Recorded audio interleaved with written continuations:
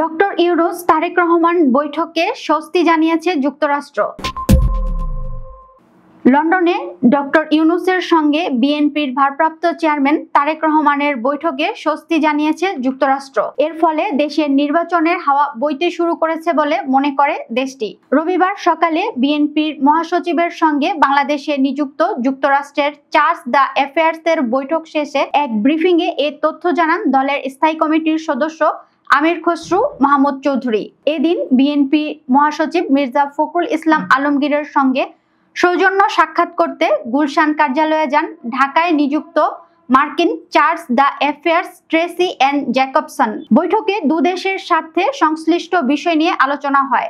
পরে এক ব্রিফিংয়ে দলের স্থায়ী কমিটির সদস্য আমির খসরু মাহমুদ চৌধুরী জানান, ট্যারিফের বিষয়টি নিয়ে আলোচনা হয়েছে। এছাড়া লন্ডন বৈঠক নিয়েও আলোচনা হয়েছে।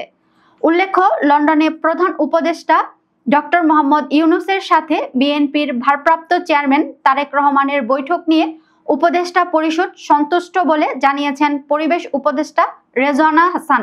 তিনি বলেছেন, কোনো রাজনৈতিক দলের এ বিষয়ে কিছু বলার থাকলে সেটা প্রধান উপদেষ্টার সাথে বলতে হবে। ঈদের পর সচিবালয়ে প্রথম কার্যদিবসে সাংবাদিকদের তিনি এ কথা বলেন। সম্প্রতি লন্ডনে প্রধান উপদেষ্টা ডক্টর মোহাম্মদ ইউনূস ও তারেক রহমানের সঙ্গে বৈঠক এবং বর্তমান রাজনৈতিক পরিস্থিতির বিষয়ে সাংবাদিকরা দৃষ্টি আকর্ষণ করলে উপদেষ্টা বলেন, আমার কাছে পরিস্থিতিটা বেশ স্বস্তিকর মনে হচ্ছে।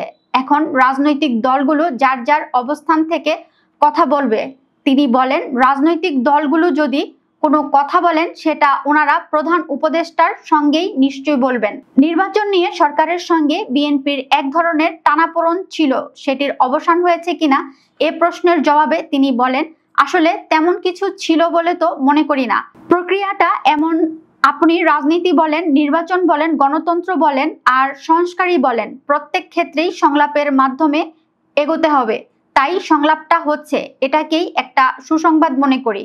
প্রসঙ্গত, প্রধান উপদেষ্টা অধ্যাপক মোহাম্মদ ইউনূসের সঙ্গে বিএনপির ভারপ্রাপ্ত চেয়ারম্যান তারেক রহমানের 1 ঘন্টা 20 মিনিটের বৈঠক দেশের রাজনীতির মোড় অনেকটাই ঘুরিয়ে দিয়েছে। নানা অনিশ্চয়তা, শঙ্কা, গুজব রাজনীতিকে ঘিরে ধরেছিল। এক ধরনের অনাস্থার পরিস্থিতি সৃষ্টি হয়েছিল। এ বৈঠক অনিশ্চয়তা, শঙ্কার কালো মেঘ সরিয়ে দিয়ে রাজনীতিতে আস্থার পরিবেশ সৃষ্টি করবে বলে আশা করা যায়। পারস্পরিক যে কাদা ছোড়াছুড়ি, দুর্নাম করার রাজনীতি, সেখান থেকে বেরিয়ে আলাপ আলোচনার মাধ্যমে সমাধানের পথ তৈরিতে সহায়তা করবে অধ্যাপক ইউনূস ও তারেক রহমানের বৈঠক। নির্বাচন নিয়ে সরকারের সঙ্গে বিএনপির কিছুদিন ধরে টানাপোড়েন চললেও বৈঠকটি অত্যন্ত সৌহার্দ্যপূর্ণ ও আন্তরিক পরিবেশে হয়েছে।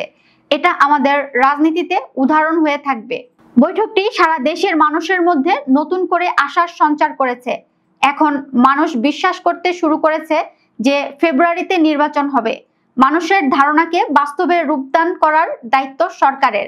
রাজনীতি মানেই প্রতিপক্ষের সঙ্গে শত্রুতা করতে হবে, এমন পরিস্থিতিতে আমাদের রাজনীতি পৌঁছে গিয়েছিল।